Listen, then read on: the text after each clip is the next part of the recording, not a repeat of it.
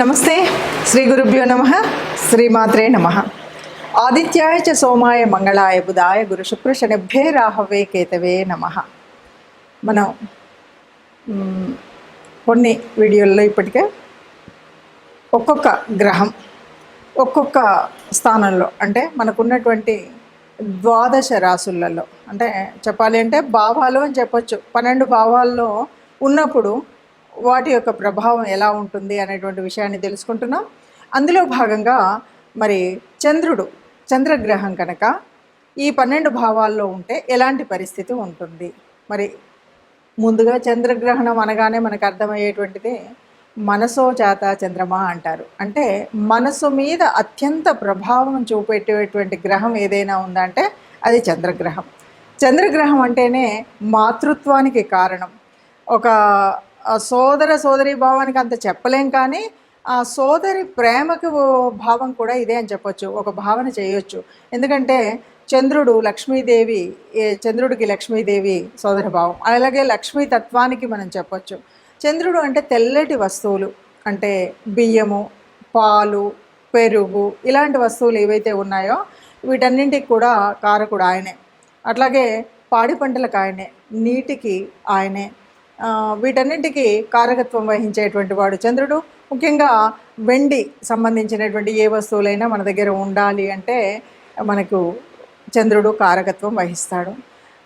ఎక్కడైనా సరే, ఏ జాతకంలో అయినా సరే చంద్రుడు ఎక్కడుంటాడో దాన్ని మనం వాళ్ళ రాశిగా గుణించడం అయితే చేస్తాం. అంటే ఫర్ ఎగ్జాంపుల్ ఎవరికన్నా చంద్రుడు మకరంలో ఉంటే వాళ్ళది మకర రాశి అని ఇలాగ మనం రాశుల గురించి చెప్తాం. కానీ ఈ రాశి కాకుండా మనకి లగ్నం నుండి చంద్రుడు ఎన్నో స్థానంలో ఉంటే ఎలాంటి ఫలితం వస్తుంది. లగ్నంలో ఉన్నప్పుడు మరి చంద్రుడు ఎలా అంటే చంద్రుడు శుభుడా పాపుడా అని కూడా ఆలోచించాలి. ఎందుకు అంటే చంద్రుడు ఆయనకి స్వస్థానం కర్కాటకం, అలాగే ఆయనకి ఉచ్చస్థానం వృషభ స్థానం, నీచ స్థానం వృచ్చిక స్థానం. ఇలా ఉన్నటువంటి స్థానాల్లో అంటే ఉచ్చంలో ఉన్నప్పుడు కానీ, కర్కాటకంలో ఉన్నప్పుడు కానీ, పూర్ణచంద్రుడిగా ఉన్నప్పుడు కానీ చంద్రుడి యొక్క ఫలితాలు బాగా శుభ ఫలితాలుగా ఇస్తాయి. మిత్రులతో కలిసినప్పుడు శుభ ఫలితాలు ఇస్తాయి. ఇంకో మాట చంద్రుడి గురించి చెప్పుకోవాలి ఏమిటంటే ఏదైనా శుభగ్రహం యొక్క దృష్టి కానీ కలయిక కానీ ఉంటే చాలా తొందరగా ఆ ప్రభావం మీద పడుతూ ఉంటుంది. అలాగే పాపగ్రహ ప్రభావం కూడా అంతే స్పీడ్గా పడుతుంది. అందుకని చంద్రుడు ఎవరితో కలిసి ఉన్నాడు, ఎవరి దృష్టి ఉంది, ఏ స్థానంలో ఉన్నాడు అనేటువంటి దాని మీద నుండి కూడా కొంత ఫలితాలు వచ్చినప్పటికీ ముఖ్యంగా ఈ ద్వాదశ రాశులలో అంటే లగ్నం నుండి ఎవరి సొంత జన్మజాతకం ఉంటుందో ఆ జన్మజాతకంలో ఎవరి లగ్నంలో చంద్రుడు ఉన్నాడా, ద్వితీయంలో ఉన్నాడా, తృతీయంలో ఉన్నాడా, ఉన్నప్పుడు శుభుడైతే ఎలా ఉంటుంది, పాపుడైతే ఎలా ఉంటుందో మనం తెలుసుకుందాం. ఈ ముఖ్యంగా ద్వాదశ భావాలనండి, రాసులనండి వీటిల్లో ఉన్నప్పుడు మనకి చంద్రుడు పూర్ణచంద్రుడా, క్షీణచంద్రుడా, లేకపోతే చంద్రుడి యొక్క అక్కడ యోగించేటువంటి కారణమా కాదా, ఇవన్నీ తెలుసుకుంటూ ముందుకు వెళ్దాం. 10వ స్థానం అంటే ఏ రకంగా మన జన్మజాతకంలో మన లగ్నం నుండి 10వ స్థానంలో చంద్రుడు ఉంటే ఎలా ఉంటుంది. 10వ స్థానం సహజంగా ఏంటి, ఇది రాజ్యస్థానం అంటారు, అంటే ఉద్యోగ స్థానం. ఈ ఉద్యోగం ఎలా ఉంటుంది అంటే చాలామందికి చక్కగా గవర్నమెంట్ జాబ్స్ వచ్చే అవకాశం ఉంటుంది. చక్కగా ప్రజాదరణ, ప్రజలందరూ కూడా చాలా పొగిడేటువంటి స్థితిలో ఉంటాం. కీర్తి, ఆదరణ అన్నీ పొందుతాం. కాకపోతే ఈ గవర్నమెంట్ జాబ్స్ ఎందులో దొరుకుతాయంటే నేవీకి సంబంధించినటువంటివి, ఎయిర్ ఫోర్స్లో సంబంధించి. ఎందుకంటే చంద్రుడు నీటికి గాలికి సంబంధించినటువంటి వాడు కదా, అందుకని వాట్లలో మనకు అవకాశం దొరుకుతుంది. ఇక ఎవరైనా వ్యాపారాలు అవి చేసే వాళ్ళైతే ఎట్లా ఉంటుందంటే పాల వ్యాపారం, చేపల వ్యాపారం, తర్వాత ఇంకా కూల్ డ్రింక్స్ అవి అమ్ముతుంటారు కదా, లస్సీ ఇట్లా పాలతో వాటితో చేసేటువంటివి, చక్కగా ఐస్ క్రీమ్స్, ఇలాంటి వాటికి సంబంధించింది కూడా మనకు కనిపిస్తాయి అన్నమాట.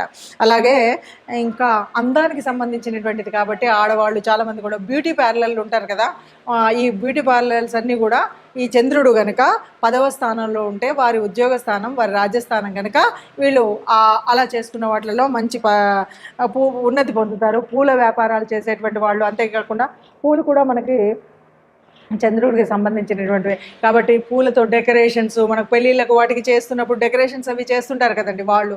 అలాగే క్రియేటివిటీకి సంబంధించినటువంటి వాళ్ళు, ఇంటీరియర్ డెకరేషన్స్ నేటి కాలంలో మనం చూస్తూ ఉంటాం.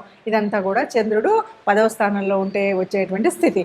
కానీ ఒకవేళ చంద్రుడు శుభుడుగా కాకపోతే పాపగ్రహాలతో కలిసి ఉంటే పూర్తిగా ఆపోజిట్ ఫలితాలు ఉంటాయి. అది దృష్టిలో పెట్టుకోవాలి. ఇప్పటి వరకు మనం చెప్పుకున్నటువంటి వాటిల్లో అంటే చంద్రుడు ఉన్న స్థానంలో ఉన్నాడా, స్వస్థానంలో ఉన్నాడా, లేదు నీచ స్థానంలో ఉన్నాడా, శత్రువులతో కలిసి ఉన్నాడా, మిత్రులతో కలిసి ఉన్నాడా, పాపగ్రహాల కలయిక ఉందా, పుణ్యగ్రహాల కలయిక ఉందా, పాపగ్రహాల దృష్టి ఉందా, శుభగ్రహాల దృష్టి ఉన్నదా అన్న దాని మీద మన ఫలితాలు ఉన్నాయి కదా. మరి ఇలాంటప్పుడు ఏదైనా పాపగ్రహ ఫలితం ఉన్నా, క్షీణచంద్రుడు ఉన్నాడు మనకు సరిగ్గా లేడు అని మనకి ఎట్లా తెలుస్తుంది అంటే ఇంట్లో సౌఖ్యత లేదు తెలుస్తుంది. మాతృ ప్రేమ కరువైంది, లేకపోతే మాతృత్వం మనము అమ్మ ఆరోగ్యం క్షీణిస్తుంది, అమ్మతో మనకు సరిగ్గా లేదు అన్నప్పుడు మనకు తెలుస్తుంది. మనకు నీటి వ్యవస్థ సరిగ్గా లేదు, భూ సంబంధమైనటువంటి ఇంటికి సంబంధించినటువంటి వ్యవహారాల్లో కొంత చికాకులు వచ్చాయి తెలుస్తుంది. మన దగ్గర ఉన్నటువంటి ఇంతకు ముందే ఉన్నటువంటి నిధి ఏదైతే అంటే వెండికి సంబంధించిన వస్తువులు అవన్నీ ఉంటాయి కదా, ఇవన్నీ మన దగ్గర నుండి నెమ్మదిగా కరిగిపోతున్నాయి, లేకుండా పోతున్నాయి అన్నప్పుడు మనకు చంద్రుడు బాగాలేడు అని తెలుస్తుంది.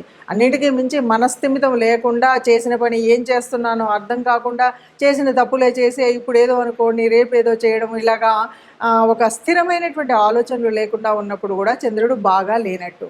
అలా మరి బాగా లేనప్పుడు అంటే బాగున్నప్పుడు మంచి శుభ ఫలితాలే వస్తున్నాయి. మరి బాగా లేనప్పుడు మనం ఏం చేయాలి, ఎట్లా చేయాలి అంటే చంద్రుడు అనగానే మనకు చంద్రగ్రహానికి సంబంధించినటువంటి స్తోత్రాన్ని చదువుకోవడం. ఇంకా ఇవన్నీ చదువులు రావు, సంధ్య రాదు, మేమేదో పల్లెల్లో ఉన్నాం ఏదో ఉన్నాము అంటే కూడా ముఖ్యంగా రైతులు అనేటువంటి వారు ఉన్నటువంటి వారైతే ఒక మోదక వృక్షాన్ని పెంచినట్టయితే వాళ్ళకి కొంత పాపం పోతుంది. వాళ్ళకి ఆ చంద్రగ్రహం వల్ల ఏదైనా పీడితమైనటువంటి స్థితి ఉంటే అది పోతుంది అని చెప్తారు. ఇక తెలిసిన వాళ్ళు గ్రహస్థుతి చేయడం, ముఖ్యంగా సోమవారాలు చంద్రుడికి ఇష్టమైనటువంటి వారం సోమవారం రోజు తెల్లని ధాన్యమైనటువంటి బియ్యాన్ని ఎవరికైనా దానం చేయడము, తెల్లటి వస్తువుల్ని దానం చేయడం, తెల్లటి వస్త్రాలను, ఎందుకంటే చంద్రుడు వస్త్రాలకు కూడా అధిపతి ఆయనే, ఎవరికైనా ఏదైనా తెల్లని వస్త్రం దానం చేయడం ఇలాంటివి చేయాలి. సరే మనకు బాగాలేదు కదా, ఎవరైనా మనకు తెల్లటి వస్తువులు ఇస్తే మనం స్వీకరించకూడదు. తెల్లని వస్తువులు ఎవరైనా మనకిస్తే అస్సలు స్వీకరించకూడదు మనకు దోషకాలం ఉన్నప్పుడు. కొంతవరకు పురుషులైతే కుడి చేతికి, స్త్రీలైతే ఎడం చేతికి వెండికి సంబంధించిన ఏదైనా కడియం లాంటిది వేసుకుంటే కొంత ఉపశాంతి కలిగిస్తుంది. ముత్యాలు, ముఖ్యంగా చంద్రుడికి సంబంధించినటువంటిది ముత్యాలు కూడా ఒకటి. ఆ ముత్యాలు మనం ధరించడం అనేటువంటిది కూడా చేయొచ్చు. తర్వాత తెల్లటి గోశాలలో కనుక తెల్లటి గోవు, అది కూడా స్వదేశీ గోమాత ఉంటే ఆ గోమాతకి బియ్యంలో కొన్ని బియ్యం తీసుకొని అందులో కొంచెం బెల్లం వేసి ప్రతి సోమవారం రోజు మనం గోశాలకు వెళ్ళి ఆ గోమాతకి తినిపించడం. అంతేకాదు ప్రదోష వేళ శివుడికి అభిషేకం చేయించడం అనేటువంటిది కూడా, ఎందుకంటే ఈయన చంద్రశేఖరుడు కాబట్టి ఆ శివుడి తల మీద ఉండేటువంటి వాడు కాబట్టి శివుడికి అభిషేకం చేయించినట్టయితే, ముఖ్యంగా ప్రదోష వేళ అభిషేకం చేయించినట్టయితే మనకున్నటువంటి దోషాలన్నీ పోతాయి అని చెప్పొచ్చు. కాబట్టి ఒకవేళ పొరపాటునో గ్రహపాటునో మన పూర్వజన్మ సుకృతం వల్లనో వచ్చినటువంటి ఏవైనా దోషాలు ఉండి చంద్రుడు ఉండవలసిన స్థితి కాకుండా కొంచెం అటు ఇటుగా ఉన్నట్టయితే మనం ఇలాంటి పరిహారాలు చేసుకొని ఏ లోపం లేకుండా హాయిగా సుఖంగా ఆనందంగా జీవించవచ్చు. మనం అనుభవించడం అనేటువంటిది జీవిత లక్ష్యం.